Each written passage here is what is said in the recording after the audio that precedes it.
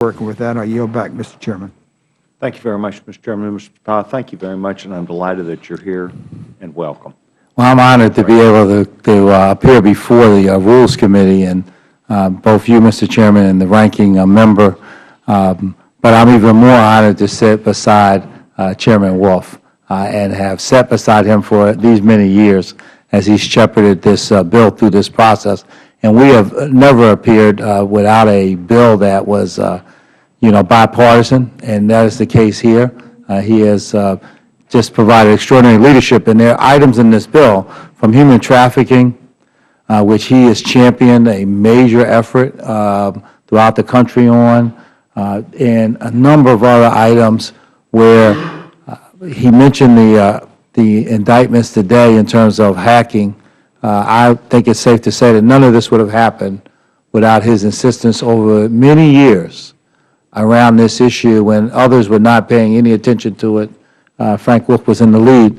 And I know it's unusual around here when we're talking about a member of the opposite party, but Frank Wolf has been an American first in every single instance. And so even though he might be on the other team, he's been a leader for our country on cyber, on human trafficking, on human rights.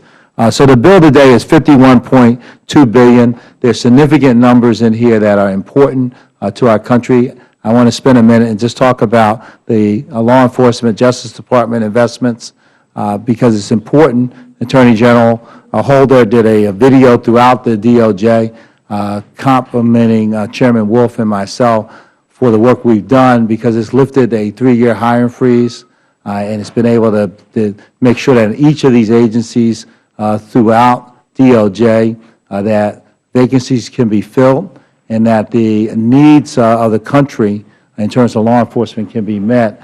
And again, Chairman Wolf has been the strongest advocate, whether it's the FBI, the DEA, and all of the other law enforcement entities, the alcohol, tobacco, and firearms, to make sure that these FTEs were filled, these full-time equivalent positions were filled. And so I think that's important. Of particular importance to me has been inside DOJ, the youth mentoring investments in the Boys and Girls Clubs of America. Mr. Chairman, something that you've been quite interested in and supportive of. But for the Boys and Girls Clubs and all the other youth mentoring groups, because they've been able to build out these programs over these years, and including this one, because above the President's request, the Chairman's mark makes an investment in the country's future, and I think it should be noted. And working together, we've launched the first ever high-priority brain research initiative, neuroscience initiative, that has, over the last few years, already produced very important objectives in terms of bringing some 20 federal agencies together, having them lay out a disruptive path forward in terms of breaking the code on some of the 600-plus diseases and disorders of the brain. On manufacturing, the Chairman has helped lead the way in terms of repatriating some of the jobs that have been lost to other places around the world back home through programs through the Department of Commerce. And Select USA has gotten the support. I will rest my case on just the NASA investment. So in space technology, some $600+ billion investment here, commercial crew, the science accounts and education accounts, so very important. So I want to thank the Chairman.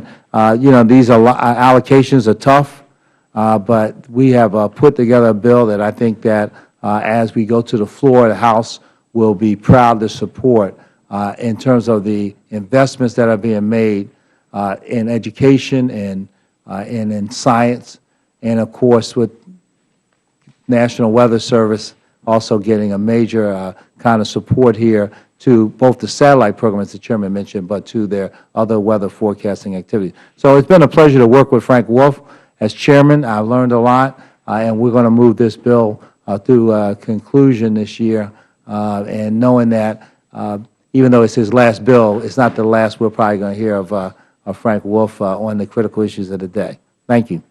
Mr. Fattah, thank you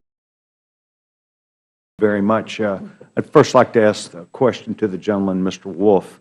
You're closing out your career.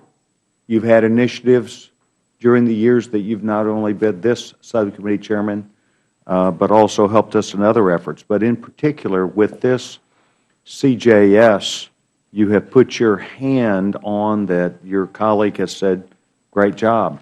What are the things that I need to know to be looking forward to so that next year, whoever is here, we can ask them and know and follow the tracking that you've started? For instance, trafficking of women, that's not a new issue, but that is an issue which you have excelled in, among others. So, Mr. Chairman, if you could take just a minute and give me my prescriptive viewpoint so that I'm able to follow this through.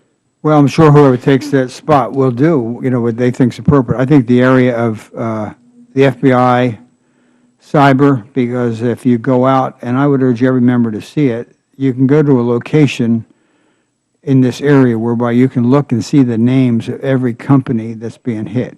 Every major American company, the Chinese are stealing technology. But cyber and counterterrorism, also the Weather Service. Mr. Nunley came up to me the other day and said, had the funding not been there, it actually saved lives in Mississippi and in other places. Also the human trafficking, the very thought, just in Northern Virginia alone, we had a group called Polaris, look to see how many places young women were trafficked, sexually trafficked in Northern Virginia. 81 places. I had a group come by to see me from my church asking me to go on a bill to deal with sexual trafficking in Thailand, but I said, it's in Tyson's Corners. It's in Annandale. It's all over. So in the whole area of sexual trafficking, and lastly, in the area of manufacturing and repatriation and bringing jobs back to America, many of these jobs have been taken out, and now the Chinese government is fragile.